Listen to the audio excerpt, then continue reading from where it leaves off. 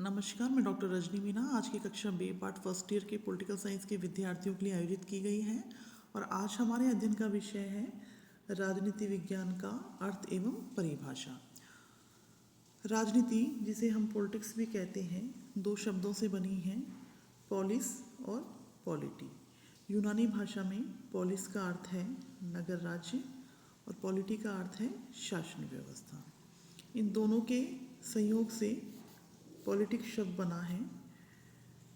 प्लेटो और अरस्तु ने राजनीति विज्ञान को नगर राज्यों के अध्ययन तक सीमित रखा।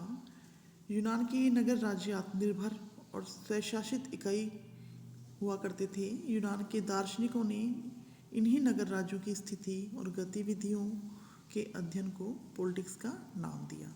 हम जानते हैं कि अरस्तु की प्रसिद्ध पुस्तक का नाम भी पॉलिटिक्स था।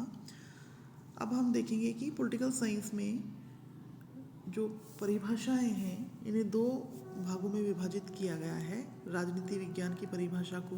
पहला है परंपरावादी परिभाषाएं। सबसे पहले हम परंपरागत दृष्टिकोण के आधार पर राजनीति विज्ञान के अर्थ को समझने का प्रयास करेंगे। परंपरावादी परिभाषाओं में पॉलिटिकल साइंस को राज के अध्ययन, शासन के अध्ययन एवं राज एवं सरकार दोनों के अध्ययन के रूप में देखा गया है। पहले नगर राज्य थे और राज्य और शासन में कोई अंतर नहीं किया जाता था। उस समय तक राजनीति विज्ञान को राज के अध्ययन के रूप में देखा गया।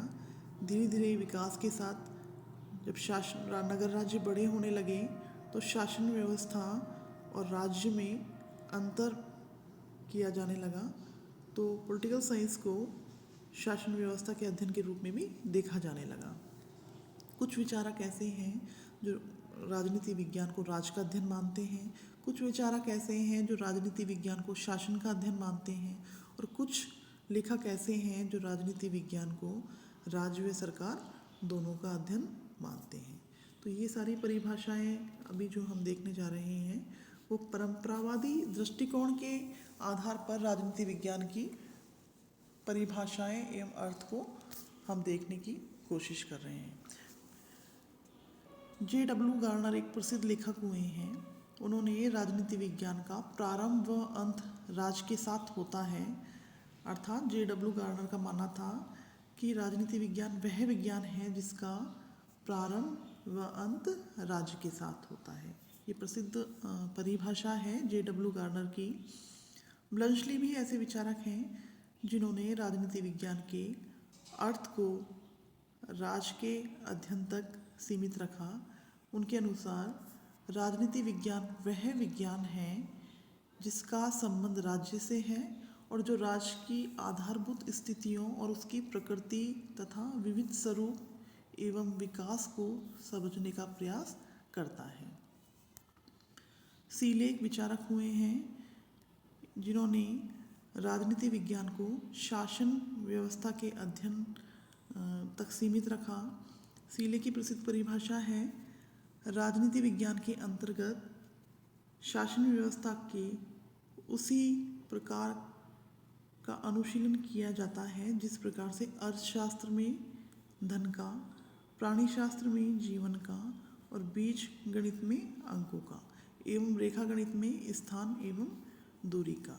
अर्थात सीले का मानना था कि राजनीति विज्ञान के अंतर्गत शासन व्यवस्था का उसी प्रकार से अध्ययन किया जाता है, अनुशीलन किया जाता है, जैसे कि अर्थशास्त्र में धन केंद्रीय विषय होता है, प्राणी शास्त्र में जीवन, बीज गणित में अंकों का अध्ययन किया जाता है, उसी प्रकार से रेखा गणित में स्थान एवं दूरी का अध्ययन किया जाता है।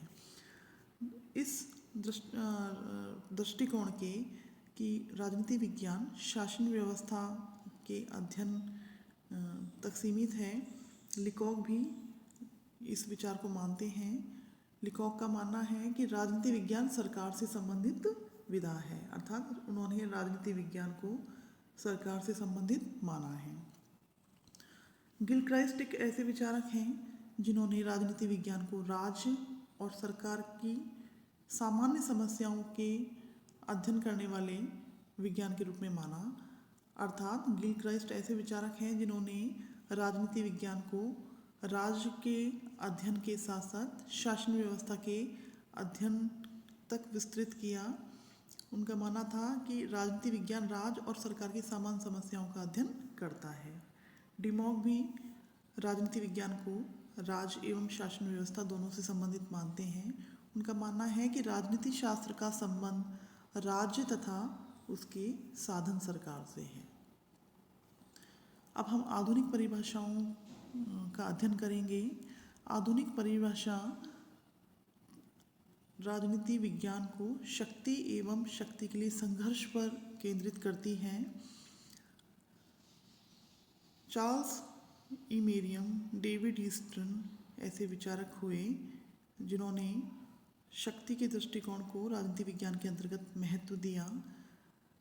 अब हम चार्ल्स ई मेरियम की परिभाषा को समझने का प्रयास करेंगे। चार्ल्स ई मेरियम के अनुसार राजनीति शक्ति एवं उसके संघर्ष का अध्ययन है। उनका मानना था कि जहाँ भी शक्ति है और उसके लिए संघर्ष पाया जाता है वहाँ पर राजनीति विद्यमान होती है। अर्थात पॉलिटिक्स को उन्होंने शक्ति एवं उसके लिए संघर्ष का अध्ययन के रूप में देखा।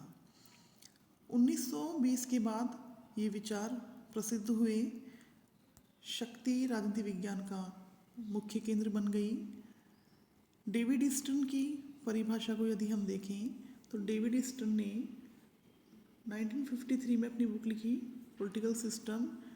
डेविड ईस्टन की परिभाषा है राजनीति मूल्यों का सत्तात्मक वितरण है जो समाज में बाध्यकारी होते हैं। डेविड ईस्टन की ये प्रसिद्ध परिभाषा है जिसका अर्थ है राजनीति निर्णय लेने की कला है क्योंकि अधिकारीगण निर्णय लेते हैं और उनके निर्णय बाध्यकारी होते हैं, इसलिए हर निर्णय में मूल्य होते हैं। इसी को मूल्यों का प्राधिकृत विधान के रूप में डेविड ईस्टन देखते हैं। हेरोल्ड लॉसवेल ने अपनी पुस्तक पॉलिटिक्स में लिखा कि पॉलिटिक्स का अर्थ है who get, what get और how get। कौन प्राप्त करता है और क्या प्राप्त करता है और कैसे प्राप्त करता है। लॉसवेल ने पावर शब्द को प्रभाव से मिला दिया और जिसे मेरियम शक्ति कहते हैं उसी को लॉसवेल प्रभाव कहते हैं।